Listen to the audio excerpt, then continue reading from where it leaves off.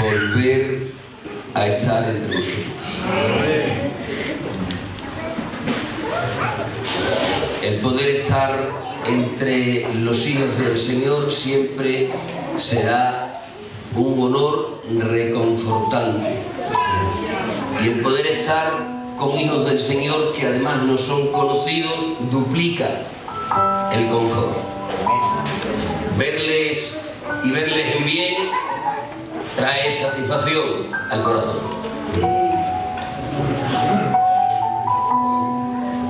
Y creo que hay un ambiente extraordinario para no necesitar más y dar comienzo a predicar la palabra del Señor.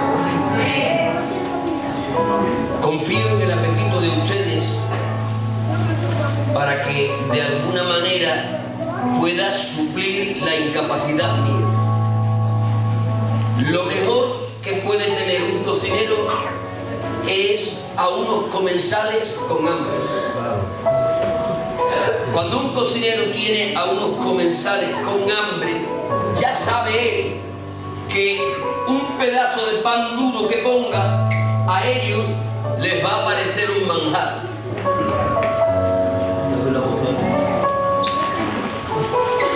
Y el gran hándicap, el gran obstáculo de un cocinero es encontrarse con un grupo de comensales saciados. Porque a eso, aunque le ponga un manjar, les parecerá como un pedazo de pan duro. Yo tengo un pedazo de pan blando.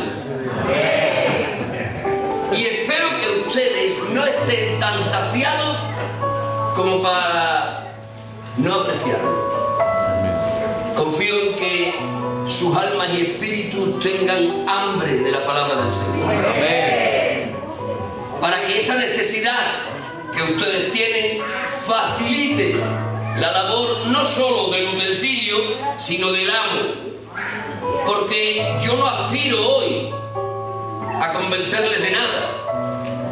Mi máxima aspiración como predicador es poner voz a la palabra de Dios. El que la puede usar con efectividad es el Espíritu Santo. Solo el Espíritu Santo, en el uso de la espada que solo es suya, es que puede hacer maravillas en el hombre interior. Solo Él, por su palabra, puede disipar tinieblas de la mente. Solo Él, por su palabra, puede enternecer durezas en el corazón. Solo Él, por su palabra, puede despertar el adormecer de una conciencia. ¿Cuántos tienen hoy hambre de la palabra del Señor? Levanten sus manos, confírmenlo con un poderoso y vivo gloria a Dios. Dale el mejor aplauso que tengas a esa palabra de Dios.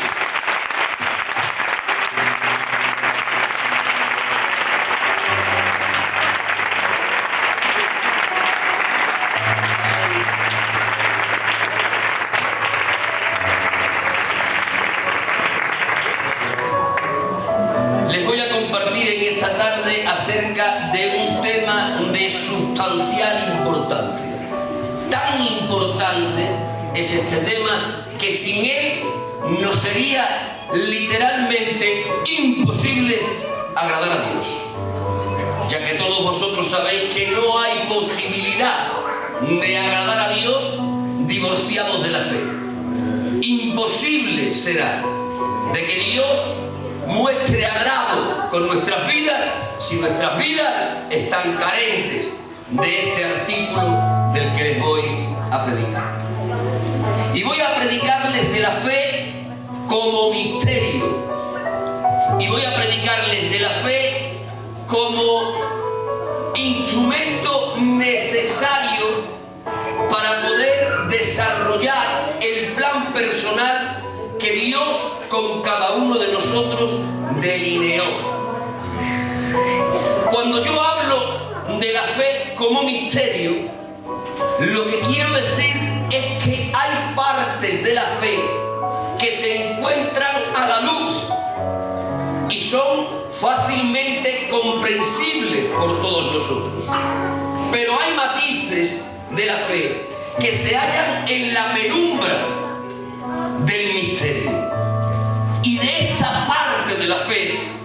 la que yo hoy quiero predicarles. Y cuando digo que también les predicaré de la fe como herramienta imprescindible para poder alcanzar, a culminar la tarea que Dios nos asignó, cuando yo hablo de la fe de esta manera, quiero decir que la fe es no necesaria, sino imprescindible para poder terminar de recorrer el camino del propósito que Dios para cada uno de nosotros preparó. Todos vosotros sois conscientes de que Dios tiene propósitos generales, pero también propósitos personales. Tiene propósitos para todos, pero tiene propósitos para cada uno. No podrás nunca completar el propósito personal que Dios para ti preparó si no llevas entre tus utensilios espirituales la herramienta de la fe. Por lo tanto, les voy a predicar de la fe como misterio y les voy a predicar de la fe como herramienta imprescindible para poder culminar el propósito que Dios para cada uno de nosotros preparó. Y si estáis dispuestos a recibir esa palabra, levantad vuestras manos, gritad un poderoso y vivo: ¡Gloria a Dios! ¡Gloria a Dios! Comenzaré por hacer una definición de la fe. De hecho, haré la mejor definición posible de la fe. Y tras de definir la fe, voy a estar durante unos minutos hablándoles del poder al que la fe tiene acceso. Después continuaré hablándoles de el funcionamiento independiente que la fe tiene, incluso del Dios que la estableció. Tras terminar ese segundo apartado, tomaré otros minutos para hablarles de la fe como el brazo legitimado por Dios para alcanzar adelantos de la herencia que Dios por Jesús para nosotros preparó.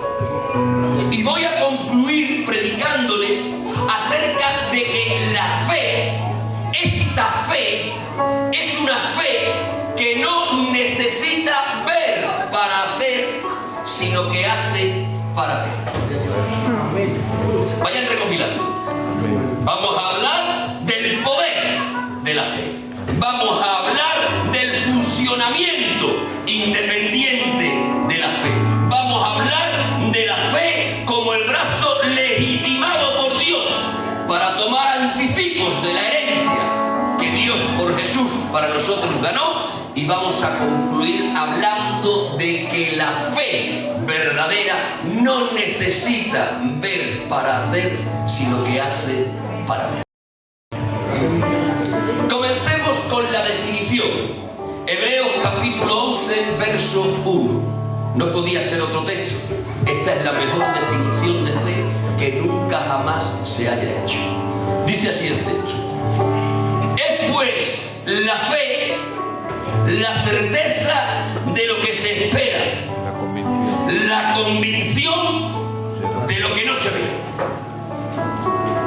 La fe es certeza y convicción. ¿Certeza de qué? De lo que se espera. ¿Y convicción de qué? De lo que no se ve. Déjenme hacer un par de preguntas para poder redefinir a la fe. Si la fe es certeza de lo que se espera, habrá que preguntar: ¿qué es lo que estamos esperando? Y si la fe es convicción de lo que no se ve, habrá que preguntar: ¿qué es lo que no vemos? Lo que estamos esperando es el futuro. Y lo que no vemos es lo invisible. Teniendo eso claro, voy a parafrasear la definición. Y yo podría decir con el autor bíblico que la fe verdadera es la que tiene capacidad de hacer presente el futuro que esperamos. Y además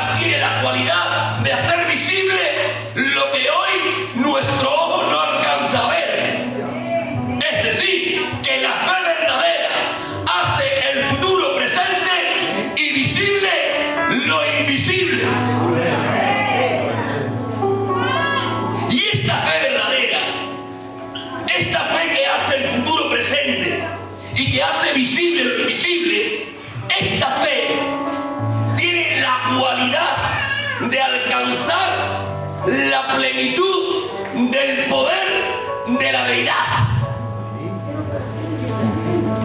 ¿Cuántos saben aquí que Dios es omnipotente? Saber eso es sinónimo de decir que para Dios no hay nada imposible.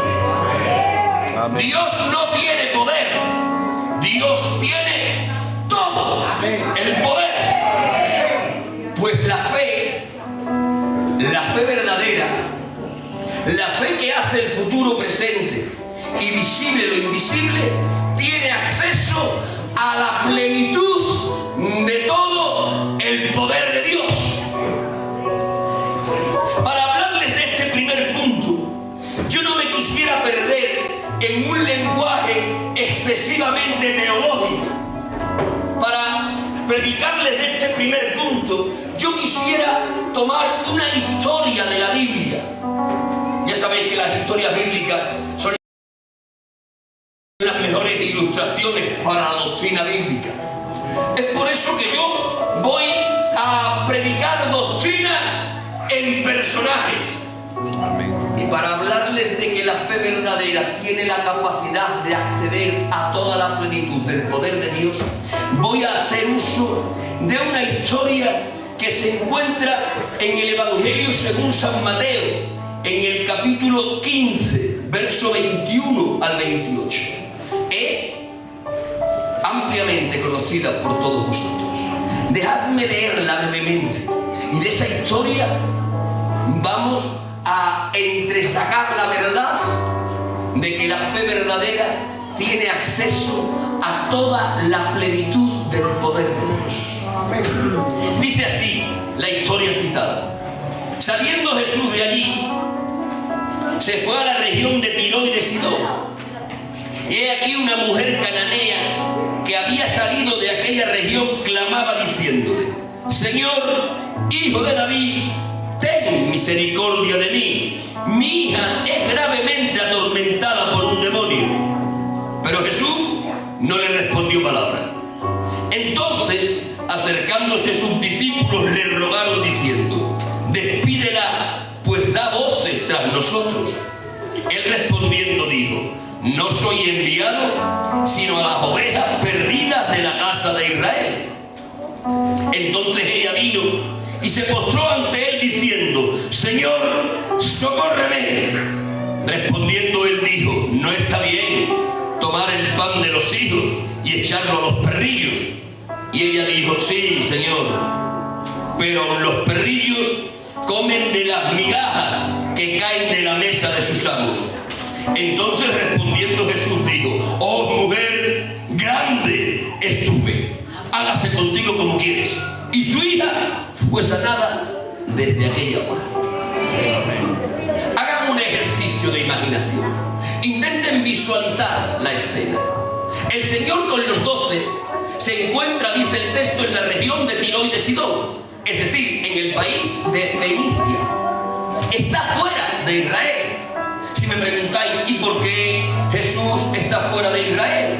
Yo me atrevería a responder diciendo: seguramente el Señor se encuentra fuera de las fronteras del país que le vio nacer porque necesita un periodo de descanso en su intenso ministerio. El ministerio de Jesús era tan intenso que en vez en cuando el Señor tenía que abrir un paréntesis para descansar él y sus apóstoles, a fin de que de tomar aire y volver a reingresar al intenso ministerio que estaba desarrollando. Creo que en esta oportunidad el Señor se encuentra en Fenicia porque está abriendo uno de esos paréntesis de descanso. Pero mientras que está ahí, en ese pretendido descanso, dice el texto que hay una mujer que le ve, pero no solo le ve, sino que además le reconoce. La cananea ve a Jesús, observa su rostro y dice: sé quién eres. Esto nos hace saber que a esta estas alturas de su ministerio, la fama de Jesús había traspasado ya las fronteras de su país.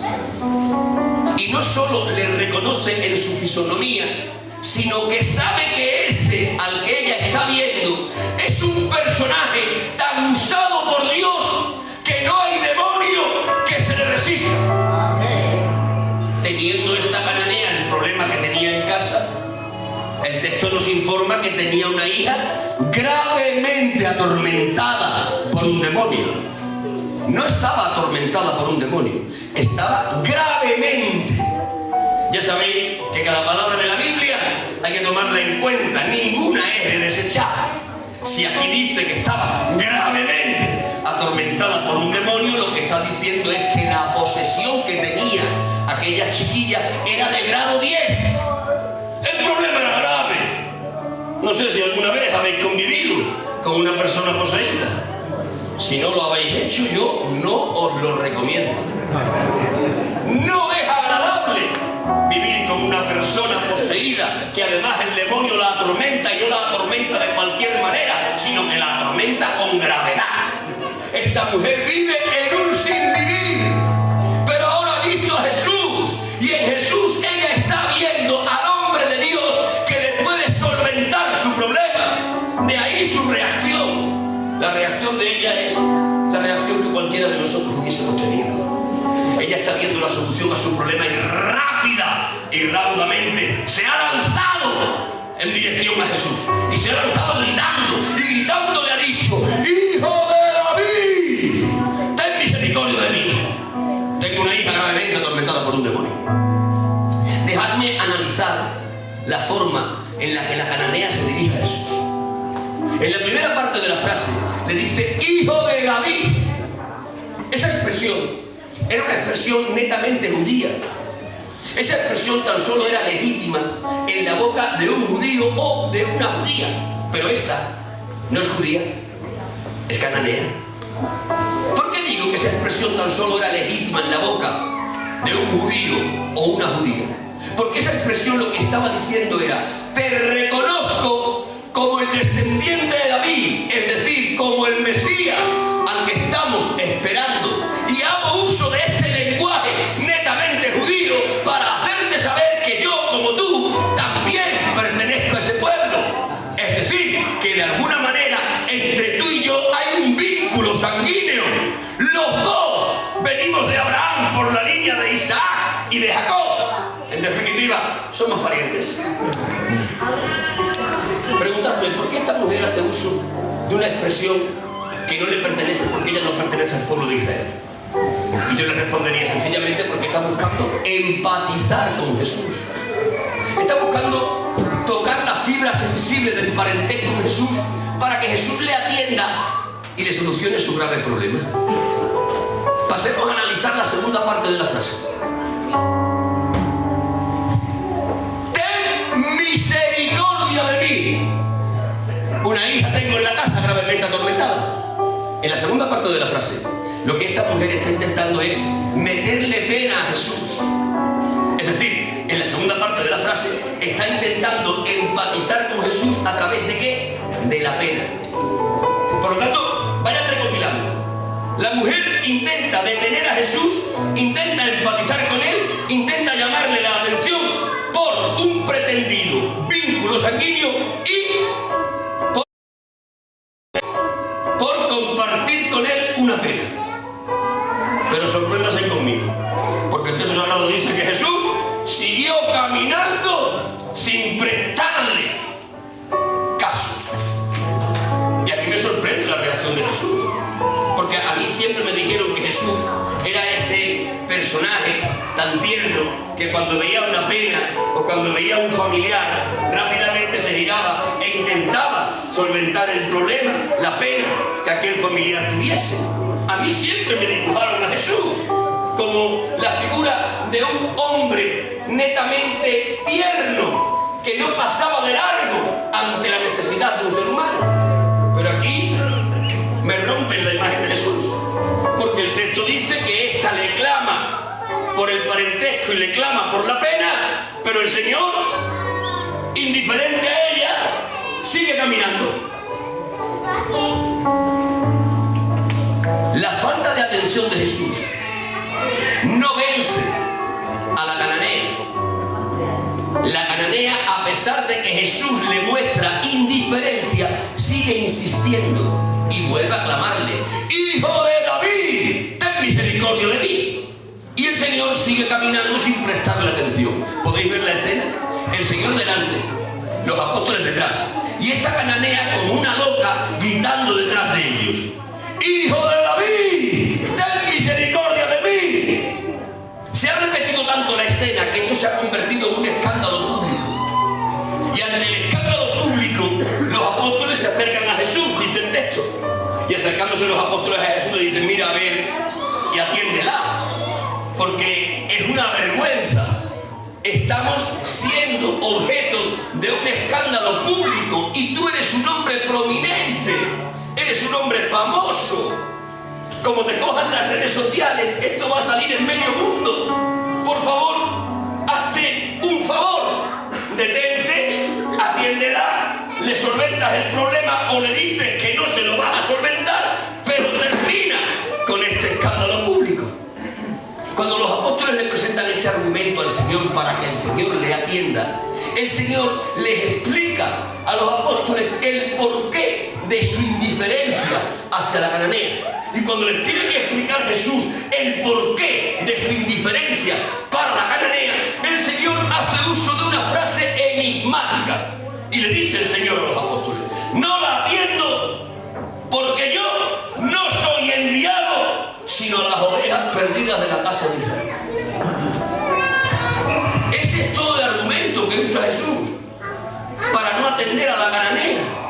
Ahora bien, ¿qué quiere decir ese argumento? ¿Qué está queriendo decir Jesús cuando dice: yo no soy enviado sino a las ovejas perdidas de la casa de Israel? ¿Está acaso diciendo que su ministerio estaba circunscrito, estaba limitado a los israelitas? ¿Estaba acaso diciéndoles: yo sé que esta, aunque se hace pasar por judía, no lo es, y mi ministerio tan solo se puede verter en gente que son auténticamente judías? ¿Sería una buena interpretación esa? Me temo que no. ¿Por qué? Porque Jesús ya era consciente de que su ministerio no era un ministerio limitado a una nación, no era un ministerio limitado al pueblo de Israel. Jesús era consciente de que su ministerio era un ministerio abierto a todas las naciones. Él no había venido a redimir a un pueblo concreto, Él había venido a redimir a todo pueblo, tribu, lengua y nación. De hecho, Jesús, un capítulo anterior a este, le dijo a los apóstoles: vendrán de oriente y de occidente y se sentarán a la mesa con Abraham, Isaac y Jacob. Es decir, él ya era consciente de que su ministerio estaba más allá de las fronteras nacionales de Israel. ¿Por qué entonces el Señor le dice a los apóstoles: no la atiendo porque no soy enviado sino a las ovejas perdidas de la casa de Israel? Déjenme darle la interpretación correcta. La expresión de Jesús, la frase de Jesús, lo que realmente quería decir era: en este tiempo cronológico, vayan pillando esto, en este tiempo cronológico yo no puedo atender a esta, porque aunque se hace pasar por judía no lo es, y no la puedo atender porque en este tiempo cronológico mi ministerio tiene que estar focalizado exclusivamente en el pueblo de Israel. ¿Por qué? Sencillamente porque tengo que respetar el orden establecido por la Trinidad. No sé cuántos de aquí saben que en el concilio trinitario se estableció un orden de salvación. El Padre, el Hijo y el Espíritu Santo acordaron salvar al ser humano perdido, pero acordaron salvarlo bajo un orden. Y en ese orden el Consejo Trinitario dijo: primero hay que ir a los judíos, y de que los judíos te rechacen, entonces y solo entonces podrás ir a los gentiles. Esto es lo mismo que San Pablo eleva a categoría de doctrina en la carta a los romanos. En la carta a los romanos San Pablo dice: por la defección de los judíos vino salvación a los gentiles. Lo que estaba diciendo San Pablo era sencillamente esto que yo les estoy explicando, que en el orden establecido por la deidad, primero había que predicarle al pueblo judío, de que el pueblo judío rechazase al Mesías. Entonces, y solo entonces, podía ser predicado el mensaje de salvación a los gentiles. Por lo tanto, Jesucristo le está diciendo a los apóstoles: mirad, no pienso romper el orden establecido en la deidad, ni porque ésta se haga pasar por parienta mía, que no lo es, ni porque me meta pena. Ni el parentesco ni la pena son argumentos suficientes para que yo rompa un orden establecido en la deidad. Increíble. Cuando Jesús está compartiendo esto con los apóstoles, dice el texto que llega a la cananea. Y cuando la cananea llega, se mete en la conversación ajena. ¿Y de qué manera se mete en la conversación ajena? Dice que se tira de rodillas delante del Señor. Y entre signos de admiración le grita al Señor diciéndole: ¡socórreme! Es una desesperada. Es como que está diciendo: me importa un bledo lo que le estés contando a tus apóstoles, me importa un bledo el argumento del por qué no me atiendes. Yo estoy desesperada, no puedo seguir viviendo así. ¡Socórreme! Y cuando aquella mujer, con los ojos fuera de las cuencas, medio demente, le grita al Señor: ¡socórreme!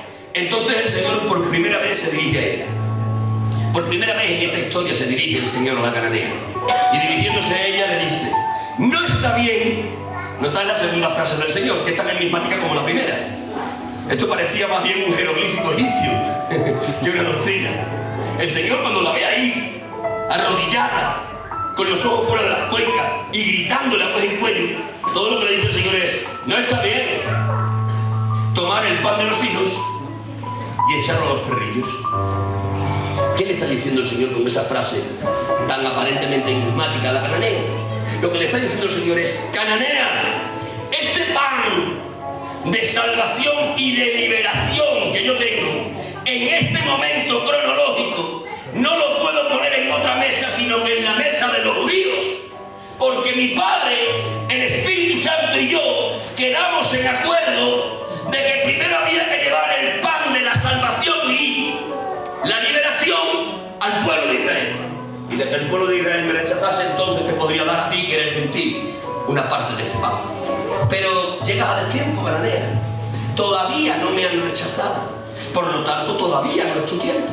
Me has querido seducir con el parentesco mentiroso y me has querido seducir compartiéndome una pena. Y te tengo que decir, cariño, que ni la pena ni el parentesco son suficientes para que yo rompa un acuerdo de orden establecido en la deidad.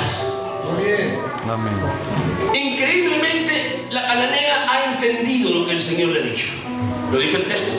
El texto dice que la reacción de la cananea ante la explicación de Jesús es: sí, Señor. Lo ha entendido. Le ha dicho: lo acabo de entender. Lo que me has dicho lo acabo de entender, es verdad. Yo no soy judía. Yo soy una perrilla. No pertenezco al pueblo de Israel. Y he entendido lo del orden establecido en la deidad. Lo he entendido.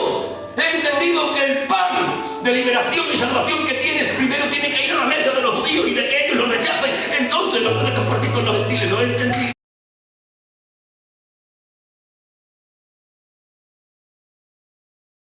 Lo he entendido. Lo he entendido.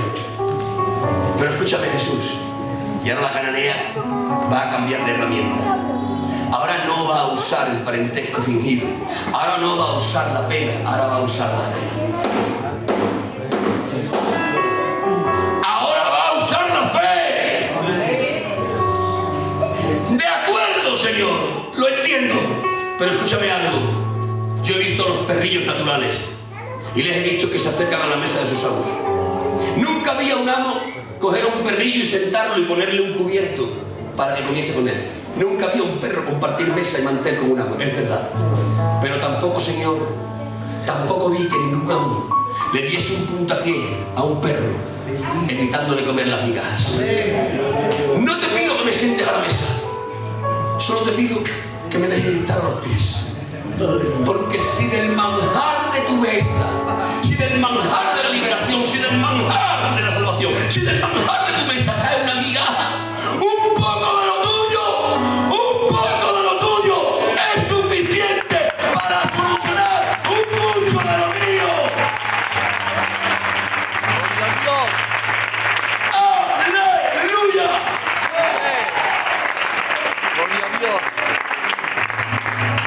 Cuando el Señor percibe el lenguaje de fe, ya no es un lenguaje de pena, ya no es un lenguaje de parentesco fingido. Cuando el Señor recibe el lenguaje de fe, ¿cómo reacciona? Lo dice el texto. El texto dice que el Señor reacciona diciendo: ¡oh, mujer! ¿Saben qué quiere decir la expresión oh? Esa expresión oh, OH, entre signos de admiración, eso quiere decir sorpresa. El Señor se ha sorprendido de la fe que tiene. ¡oh, mujer! Y le añade: grande es tu fe. ¿Qué le dice a continuación el Señor? Dice: hágase contigo como quieres. Y yo aquí tengo que detener a Jesús. Yo tengo que decir: espera, ¿por qué ahora le das lo que antes reiteradamente le has negado? Y el Señor, si me pudiera responder, me diría: lo único, porque antes ha venido a pedírmelo a través de la pena y del parentesco fingido, pero ahora ha venido a través de la fe. Y lo que no puede la pena y lo que no puede el parentesco, lo alcanza la fe. Amén. La fe tiene tal capacidad que es capaz de romper un orden establecido en la misma deidad. La fe verdadera, la fe que hace el futuro presente, la fe que hace visible lo invisible, tiene la cualidad de romper un orden establecido en la Amén. ¿Quién está entendiendo acerca de la capacidad de acceso al poder de Dios que tiene la fe? Levanten por favor su mano al cielo, griten un poderoso y un vivo ¡gloria a Dios! Gloria a Dios. Pero dijimos en la introducción que la fe verdadera, la que hace el futuro presente y visible lo invisible, la fe verdadera no solo es que tiene acceso a la plenitud del poder de Dios. Dijimos además que la fe verdadera, esta fe de la que estamos predicando, tiene un funcionamiento independiente incluso del Dios que la estableció. Vamos a intentar explicar esto. La fe de la que estoy predicando, esto es parte de los misterios de la fe. La fe de la que estoy predicando, la fe que hace el futuro presente, la fe que hace visible lo invisible, esta fe tiene un funcionamiento independiente incluso al Dios que la estableció. Para que puedan entender esto que les pretendo compartir ahora, para que lo puedan entender. Ustedes saben conmigo que Dios establece leyes en el ámbito de lo espiritual, pero también establece leyes en el ámbito de lo natural. Cuando el Señor establece una ley, ya sea en el ámbito natural o en el ámbito espiritual, la establece una vez. Y a partir de ahí esa ley tiene un funcionamiento independiente. Para ilustrarlo un poco mejor, Dios estableció en el ámbito de lo natural una ley por la que le dijo al planeta Tierra: Tierra, tendrás que estar permanentemente girando sobre tu eje. Darás una vuelta sobre tu eje una vez al día y a la misma vez estarás girando en torno al Sol una vez al año. Esa ley en el ámbito de lo natural la estableció Dios. Os pregunto, ¿Dios tuvo que repetir esa ley? ¿O sencillamente la dijo una vez y a partir de ahí esa ley funcionó de forma independiente incluso al Dios que la estableció? Indudablemente, Dios no tuvo que repetir esa ley. Dios no tiene que cada mañana darle cuerda a esa ley para que funcione. Dios no tiene que recordarle a la Tierra que tiene que estar girando sobre su propio eje y a la misma vez alrededor del Sol. Dios lo dijo una vez: Tierra, gira sobre tu eje. Tierra, gira alrededor del Sol. Una vez lo dijo, no lo ha vuelto a repetir. Y desde que lo dijo, la Tierra, independientemente del funcionamiento de esa ley, gira sobre su propio eje y una vez al año alrededor del Sol. Pues esto que ocurre en las leyes naturales es lo mismo que ocurre en las leyes espirituales. Dios estableció la ley de la fe y la estableció una vez.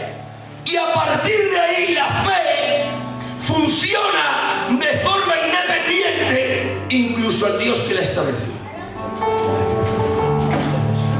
Para dejarme entender, para proyectar un poco más de luz, dejadme tomar otra historia de la Biblia. En esta ocasión no la voy a leer, tan solo la voy a narrar. La conocéis sobradamente, no hace falta leerla.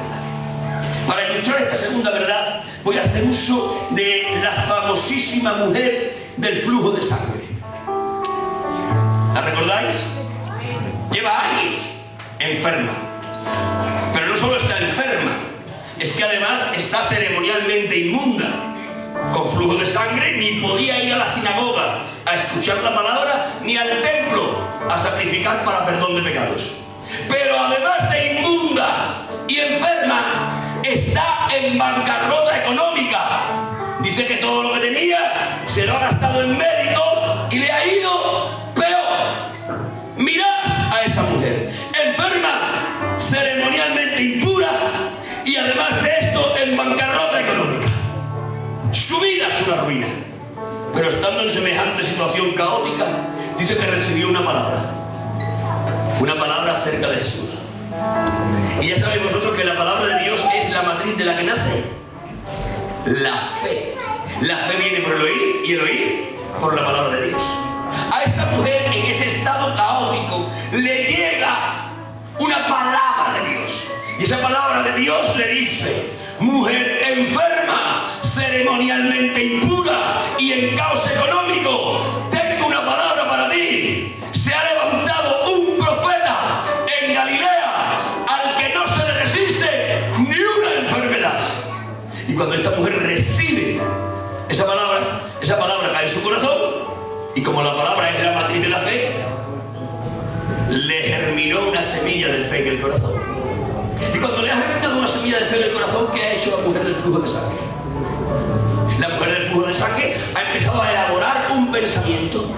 Y en el pensamiento que ha elaborado la mujer del flujo de sangre ha dicho: me iré a buscar al profeta que sana, le encontraré, y de que le encuentre pediré una entrevista personal con él, le contaré mi problema y estoy segura que se levantará, vendrá donde mí, orará en mi favor, me impondrá las manos, se abrirán los cielos, se derramará el poder de lo alto, recorrerá mi cuerpo enfermo, la enfermedad se irá y aparecerá la salud.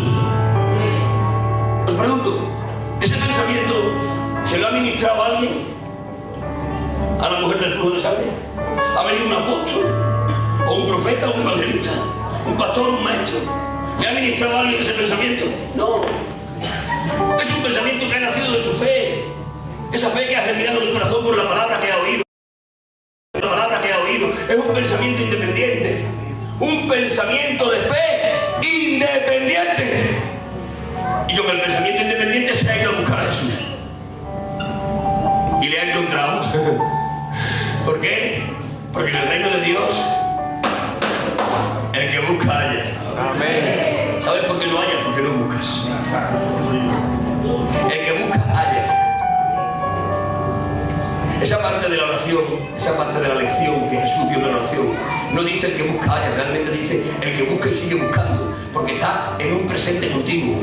El que busca y sigue buscando halla. ¿Sabes por qué tú lo buscas? Porque buscas de vez en cuando, pero no buscas y sigues buscando. Pero volviendo al tema, esta, desde su pensamiento independiente, se fue a buscar, y como buscó, se cumplió la ley espiritual, halló.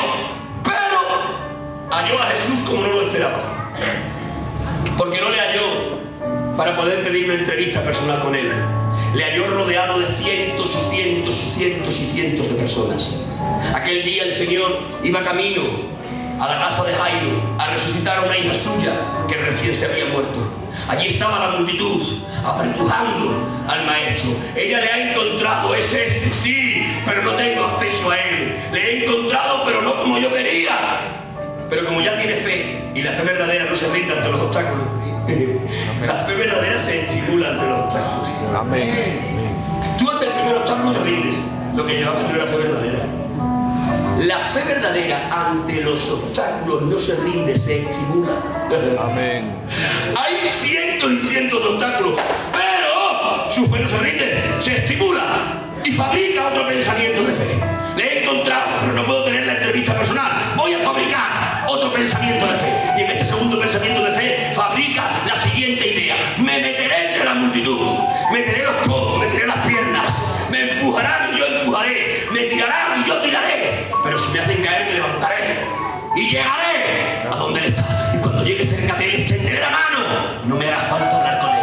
Tocaré el borde del manto, y cuando toque el borde del manto va a surgir una corriente de sanidad que va a recorrer mi cuerpo, me va a sanar y va a echar fuera toda enfermedad.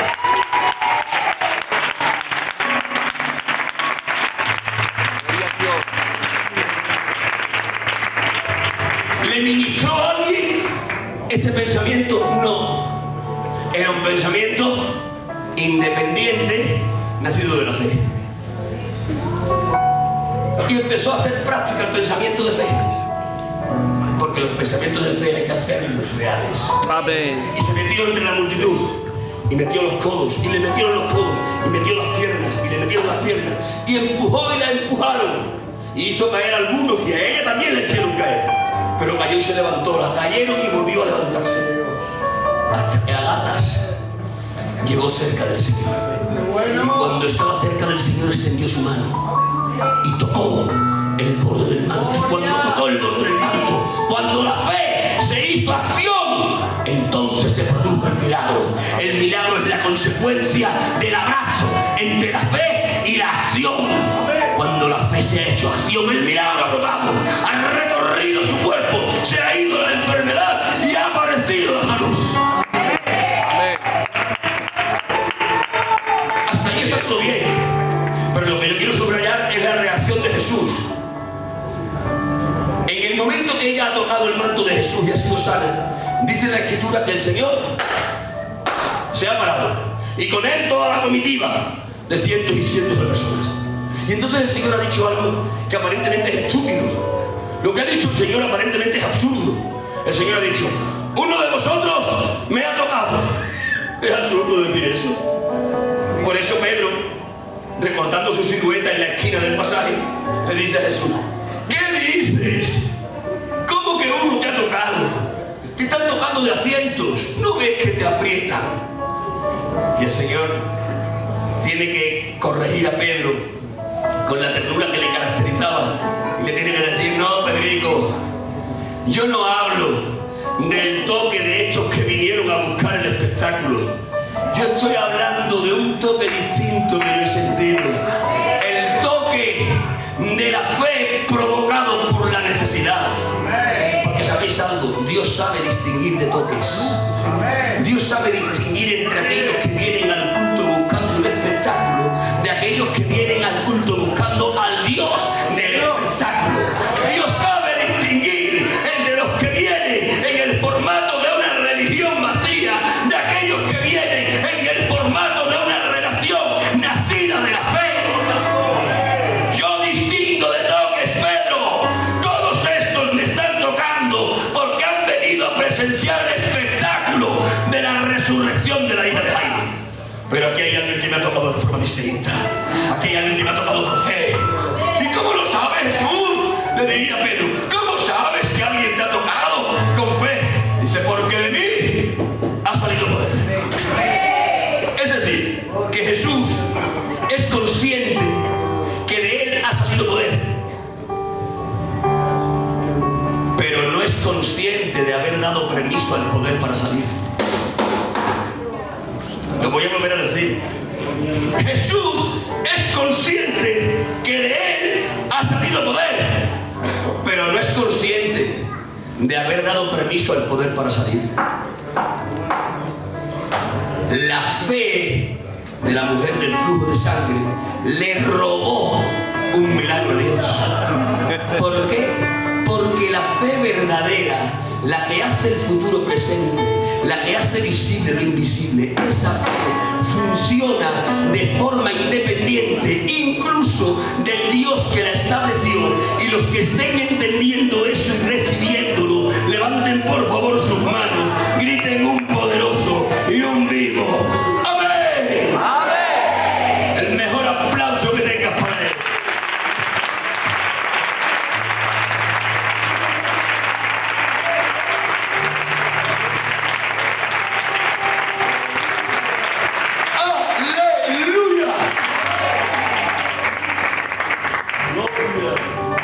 Pero no solo hablamos que íbamos a compartir acerca del poder de la fe y del funcionamiento independiente de esta.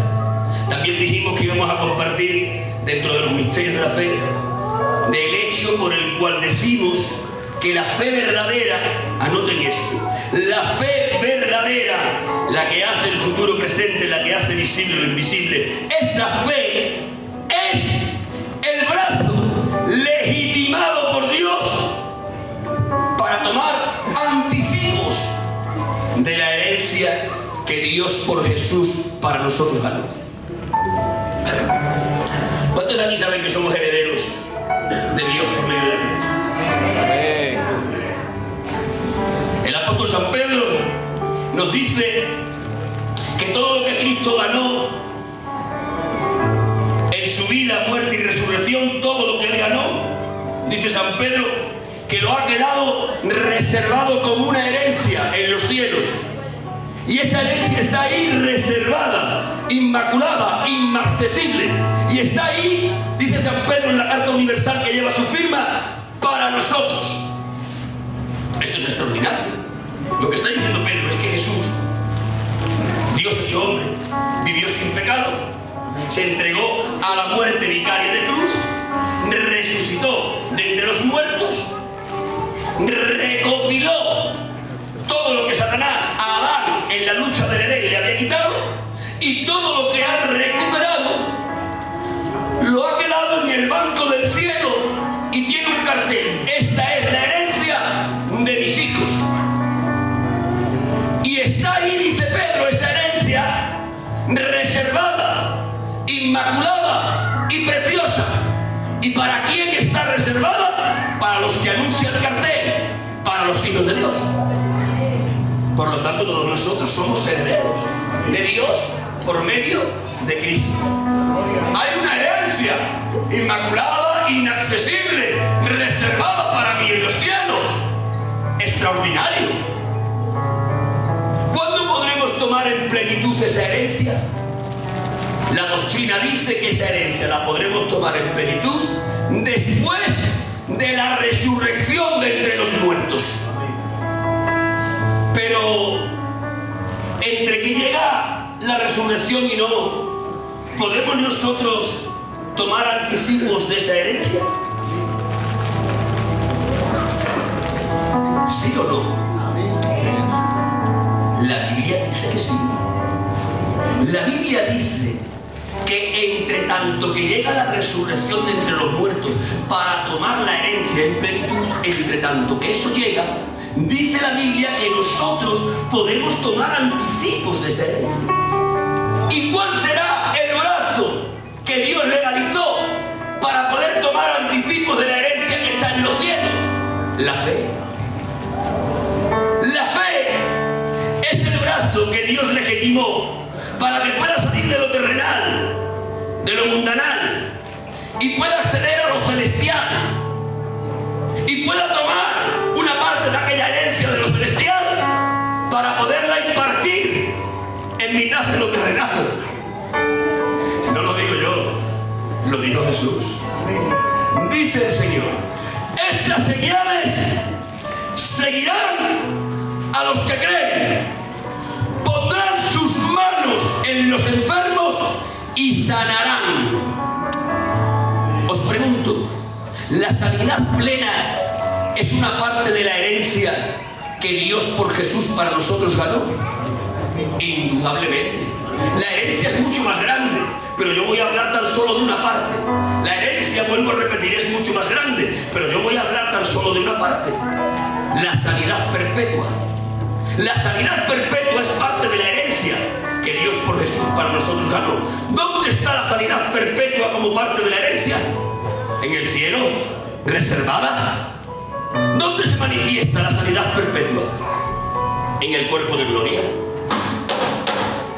Todos nosotros tenemos preparado un cuerpo de gloria. Y cuando recibamos el cuerpo de gloria, nosotros ya nunca jamás volveremos a sentir una enfermedad. Ya no nos vamos a acatarrar, ya no vamos a perder vista, ya no se nos va a caer el pelo, ya no vais a necesitar cremas para las arrugas. ¿Por qué? Porque Dios por Jesús ganó para nosotros sanidad perfecta que es parte de la herencia que está reservada en el cielo Gloria. y que se manifiesta en el cuerpo de gloria. ¿Cuándo recogeremos el cuerpo de gloria? En la resurrección de entre los muertos. La plenitud de la sanidad completa en el cuerpo de gloria no la obtendremos hasta la resurrección de entre los muertos. Pero podemos tomar anticipos de esa sanidad. He citado ya el verso yo. Estas señales seguirán a los que crean. Pondrán las manos en los enfermos y los enfermos saldrán. Una sanidad por imposición de manos, ¿qué es? No es tomar un anticipo de la sanidad perpetua que es parte de la herencia que Dios por Cristo para nosotros ganó.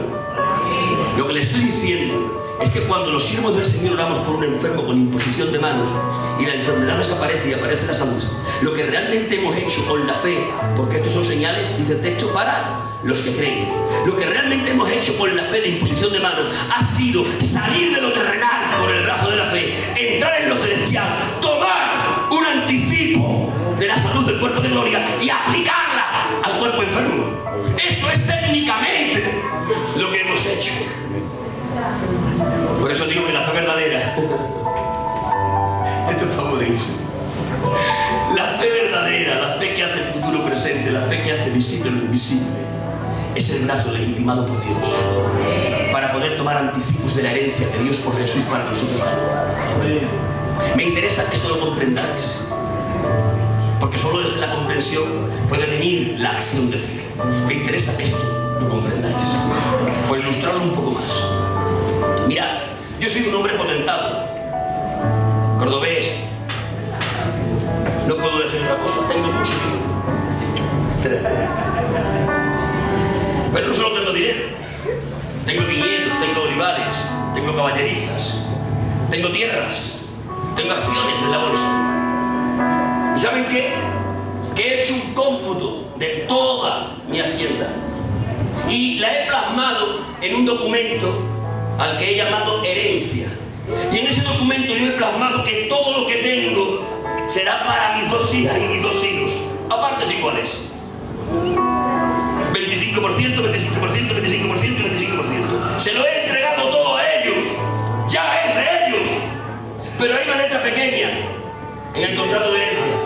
Una letra pequeña en la que dice: no podréis gozar en plenitud de cada uno de vuestro 25% hasta que yo, que soy vuestro padre, muera. Os pregunto, mi hacienda es de ellos ya. Ya es de ellos. Está reservada bajo notario. Pero es de ellos. Pero la plenitud de la hacienda no la pueden coger hasta que yo me muera. Ahora bien, entre que me muero y no, si a uno de mis hijos le hace falta algo, ¿podré darle un anticipo de la herencia?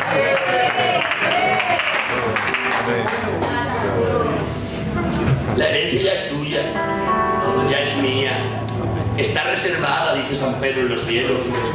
Pero Jesucristo dijo: pero escuchad, si necesitáis algo, os permito tomar anticipos. He aquí la herramienta.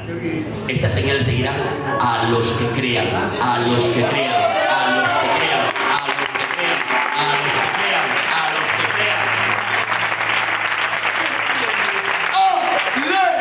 ¡Aleluya! Por ilustrarles este tercer punto, por ilustrarles, déjenme tomar la ilustración que aparece en Mateo 9:21 y Marcos 9:22.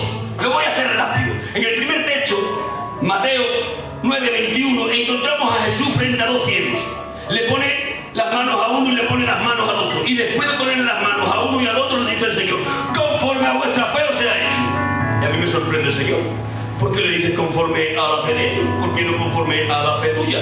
Y me dice el Señor: vente un poco atrás en la historia y comprenderás el porqué. Un poco atrás de esa historia encontramos que estos 2 ciegos se han encontrado con el Señor en un cruce de caminos. Y los 2 ciegos le han dicho: Señor, hijo de David, ten misericordia de nosotros, somos ciegos. Pero el Señor no les ha prestado atención. ¿Por qué? Porque se han dirigido hacia Él diciéndole: hijo de David. Son como la cananea, ¿se acuerdan? Parentesco. Estos sí eran judíos. No es tan una mentira, pero están llamando la atención de Él por el parentesco. Y después les dice: ten misericordia de nosotros, que somos parientes tuyos, y mira la pena que tenemos, estamos cieguicos. Pero el Señor al igual que con la cananea, no se detiene. Léanlo en el texto, sigue andando. Pero dice el texto que el Señor llega a una aldea y entra en la aldea y los dos ciegos clamando detrás de él. Llevan todo un camino clamando y el Señor sigue a hacerles caso. Están clamando, apelando a lo que es el parentesco y apelando a lo que es la pena. Pero el Señor no les hace caso. Entra el Señor en una casa y los dos ciegos detrás de él. Noten el detalle. Cuando el Señor entra en la casa, los dos ciegos delante de él, detrás de él, perdón, el Señor se gira. Y cuando se gira el Señor viene los ciegos frente a frente. Les dice, ¿creéis que puedo hacer esto? Es decir, ¿creéis que os puedo dar la vista? ¿Creéis que puedo hacer esto? ¿Qué les estaba diciendo el Señor con esa breve frase? Les estaba diciendo, mirad ciegos, habéis venido todo el camino apelando al parentesco y a la misericordia, al parentesco y a la pena, y no os he hecho caso. ¿Por qué? Porque la herramienta de la pena y la herramienta del parentesco no son válidas para extraer de mí un milagro. Pero os invito, ¿queréis cambiar de herramientas? ¿Creéis que puedo? Les está diciendo, ¿queréis dejar la herramienta de la pena y la herramienta del parentesco y tomar la herramienta de la fe? ¿Creéis? Y dice el texto sagrado que los ciegos le dijeron, sí, creemos. Es decir, le han dicho, sí, cambiamos de herramienta. Tiraron la pena, tiraron la herramienta del parentesco y tomaron la herramienta de la fe. Le han dicho que sí, que van a cambiar de herramienta. Ahora el Señor le pone la mano a uno y a otro y le dice, confirmad vuestra fe. ¿Qué le está diciendo? Voy a comprobar si realmente habéis cambiado de herramienta. Conforme a vuestra fe. Les está diciendo en otras palabras, tengo yo vista para dar a vuestros ojos ciegos, tengo vista para dar a vuestros ojos ciegos, pero no os la doy. Pero sin embargo, os doy permiso para que vosotros vengáis a tomarla. ¿Por qué? Porque la fe es el brazo legitimado por Dios para tomar anticipos de la herencia que Dios, por Jesús, para nosotros. Mirad, entiendo que la palabra del Señor está entrando en vuestras mentes, en vuestros espíritus, en vuestros corazones. Dejadme completar este tercer punto. Dejadme hacerlo desde aquí abajo. Voy a tomar otra historia para completar esta verdad de que la fe es un brazo legalizado por Dios para tomar anticipos de la herencia que Dios por Jesús para nosotros dio. ¿Por qué hago tanto hincapié en esto? Porque no quiero que vivas como un miserable cuando eres hijo de rey. Amén. Porque no quiero que vivas con trapos andrajosos cuando puedes vestir como uno que vive en palacio. La segunda historia que quiero tomar es aquella archiconocida por todos vosotros, en la que hay un padre que tiene un hijo que está poseído por un demonio. El demonio es un demonio de suicidio. En ocasiones quiere matar al niño mandándolo al fuego, y en ocasiones lo quiere matar ahogándolo en el agua. Y este padre lleva toda la vida detrás de ese niño. Los que sois padres lo podréis entender. Aquel padre dejó de ir con los amigos. Aquel padre dejó de ir a ver fútbol. Aquel padre dejó de ir a tomar cervezas. Aquel padre dejó de ir a jugar cartas. Aquel padre no podía ni ver televisión. Aquel padre vivía por y para aquel hijo. ¿Por qué? Porque de vez en cuando el demonio se manifestaba y lo tiraba al fuego. Y tenía que estar él pendiente para poner una manta, envolver al niño y que el niño no se quemase. Pero en ocasiones el demonio se manifestaba y lo tiraba al agua. Y él tenía que estar rápido para tirarse al agua y rescatar a su hijo. Así lleva toda la vida. Pero como podéis sospechar, este padre está dotado. Son demasiados años viviendo por y para su hijo. Demasiados años entremezclándose en el fuego y en el agua. Demasiados años. Pero ha llegado una palabra que le ha devuelto la ilusión. Hay alguien que le ha predicado, le ha dicho, ¡hey! El del hijo poseído de suicidio.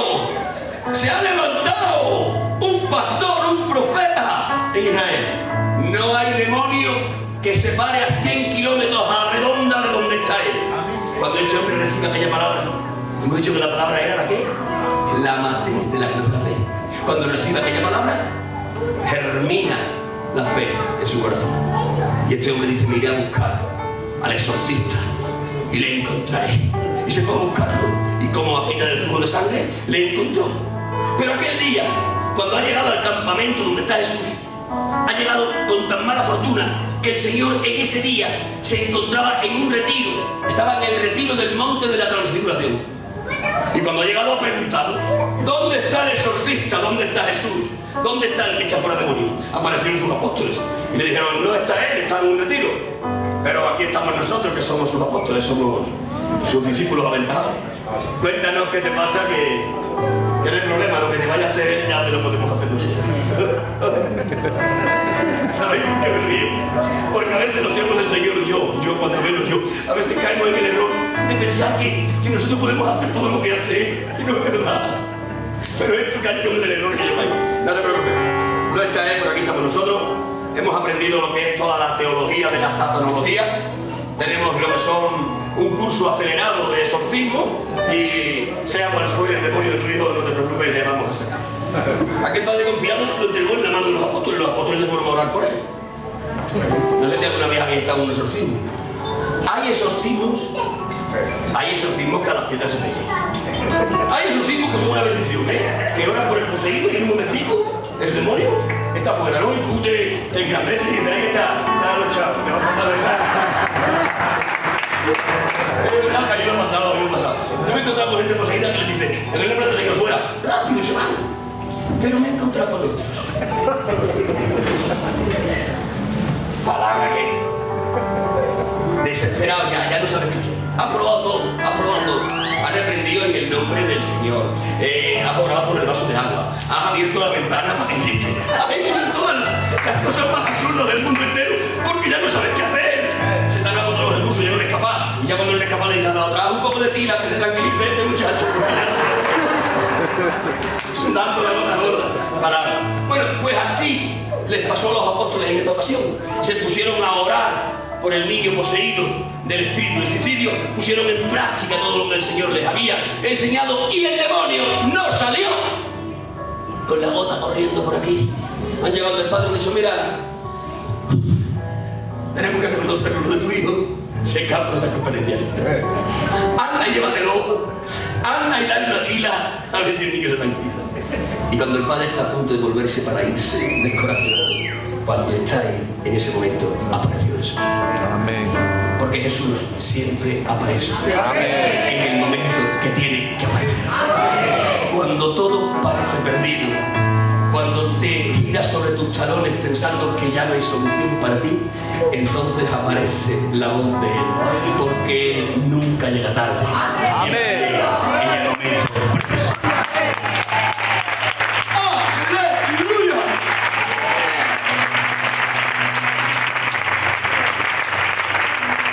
Y cuando el Señor aparece en la escena le dice, espera, ven, cuéntame, ¿qué te pasa? Ese que ves ahí en mi hijo está poseído, un demonio de suicidio. A veces me lo tira al fuego, a veces me lo tira al agua y yo ya estoy agotado. Estoy que no vivo. No sé si dejar que lo mate el demonio o matarlo yo, pero ya no puedo más.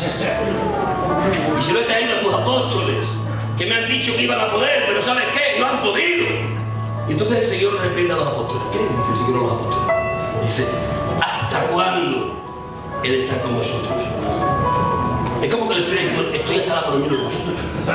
Palabra, a veces el Señor se cansa de mí, a veces de mí por lo menos. Yo esa expresión la tengo familiar, que el Señor me dice, ¿hasta cuándo? ¿Hasta cuándo? ¿Hasta cuándo, chacho? ¿Hasta cuándo? ¿Hasta cuándo he de estar con vosotros? ¿Y de dónde le viene el enojo al Señor? ¿Cómo continúa la frase? Dice, ¿hasta cuándo he de estar con vosotros, hombres de poca fe? Lo que le enoja al Señor es la poca fe que tienen ellos. Lo que le enoja al Señor es la poca fe que tienes tú. Lo que le enoja al Señor es la poca fe que tengo yo. Lo que le enoja a Jesús es que no confiamos en Él. Porque la fe al fin y a la postre es confianza. Y lo que a Él realmente le enfada es que a pesar de todo lo que ha hecho, todavía no confiamos plenamente en Él. ¿Hasta cuándo? Él está con nosotros, hombres de la fe. Y después de reprender a los apóstoles, dice, trae acá al chaval.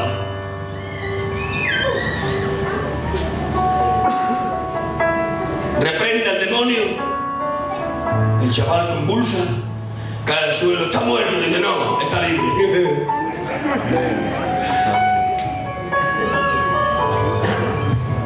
Pero el punto que yo quiero señalar es antes de la liberación, antes de que el Señor le libere, antes de eso, el Señor le hace una pregunta al Padre.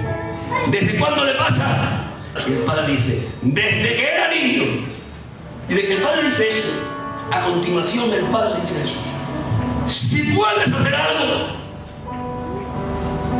Esta es la expresión del Padre.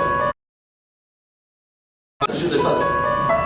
Si puedes, a veces creo que vas a poder, porque me han contado muchas cosas de ti, pero a veces creo que esto es más grande que tus competencias, a veces creo que no vas a poder. Si puedes, a veces creo que puedes, a veces creo que no puedes. Era una fe enferma. ¿Cómo le responde Jesús a la fe enferma del Padre? Si puedes creer. ¿Han visto la conexión? El Padre le ha dicho, si puedes hacer algo, y Jesús le ha dicho, si puedes creer. Al si puedes del Padre, Jesús responde con otro si puedes. Si puedes hacer algo, si puedes creer. ¿Qué está diciendo Jesús? Si tú puedes creer, yo puedo hacer. Yo hago en la medida que tú crees. Amén. No se agota el aceite, se agotan las vasijas. Amén. Si tú crees, yo hago. Yo hago si tú crees. Amén. ¿Qué puede hacer Dios por ti? Todo lo que tú puedas creer. Amén. Amén. El problema no está en su poder. El problema está en tu fe. Amén. Si puedes hacer algo, si puedes creer. Si tú puedes creer, yo puedo hacer. Hoy Dios me dice que te diga lo mismo. Si tú puedes creer, Él puede hacer. Qué bien. No sé qué es lo que te pasa, pero sea lo que fuera, si tú puedes creer, mi Jesús puede hacerlo. El hacer del Señor tiene el límite de lo que tú puedas creer. Si tú puedes creer, te garantizo, Él lo puede hacer. ¡Aleluya!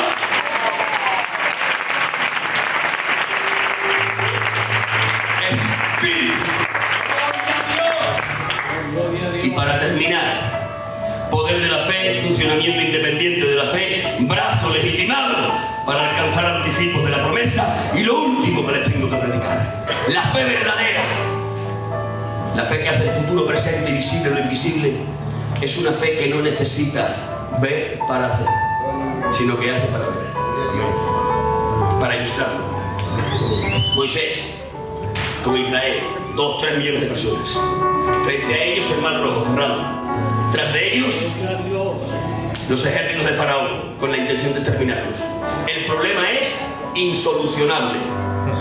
¿Y qué hace Moisés ante el problema insolucionable? Se va a hablar con Dios. Cuando tengas un problema que no tiene solución, lo mejor es ir a hablar con Dios. Y cuando Moisés se va a hablar con Dios, le dice, ¿lo estás viendo? El mar cerrado delante, Faraón con sus ejércitos detrás. ¿Qué hago?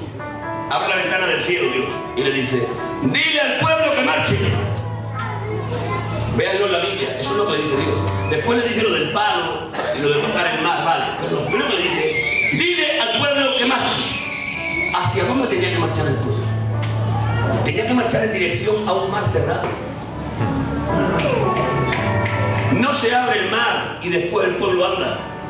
El pueblo anda y después el mar se abre. ¿Por qué? Porque la fe verdadera no necesita ver para hacer, sino que hace para ver. El mar está cerrado, pero ellos empiezan a hacer. Y cuando ellos empiezan a hacer, entonces pueden ver, porque el mar no se abre hasta que ellos empiezan a andar hacia él. La fe verdadera no necesita ver mares abiertos para andar. La fe verdadera anda y por andar los mares se abren. Porque esta fe de la que hablo es una fe que no necesita ver para hacer, sino que hace para ver. ¿Cuántos entendieron eso? Levanten sus manos, griten un poderoso y vivo: ¡Gloria a Dios! ¡Gloria a Dios! Ponte en pie un momento. Preparen una alabanza. Inclinen su rostro, cierren sus ojos. Miren, vamos a abrir un margen ahora. Vamos a abrir un margen donde vamos a permitir que el Espíritu Santo les ministre. Solo el Espíritu Espíritu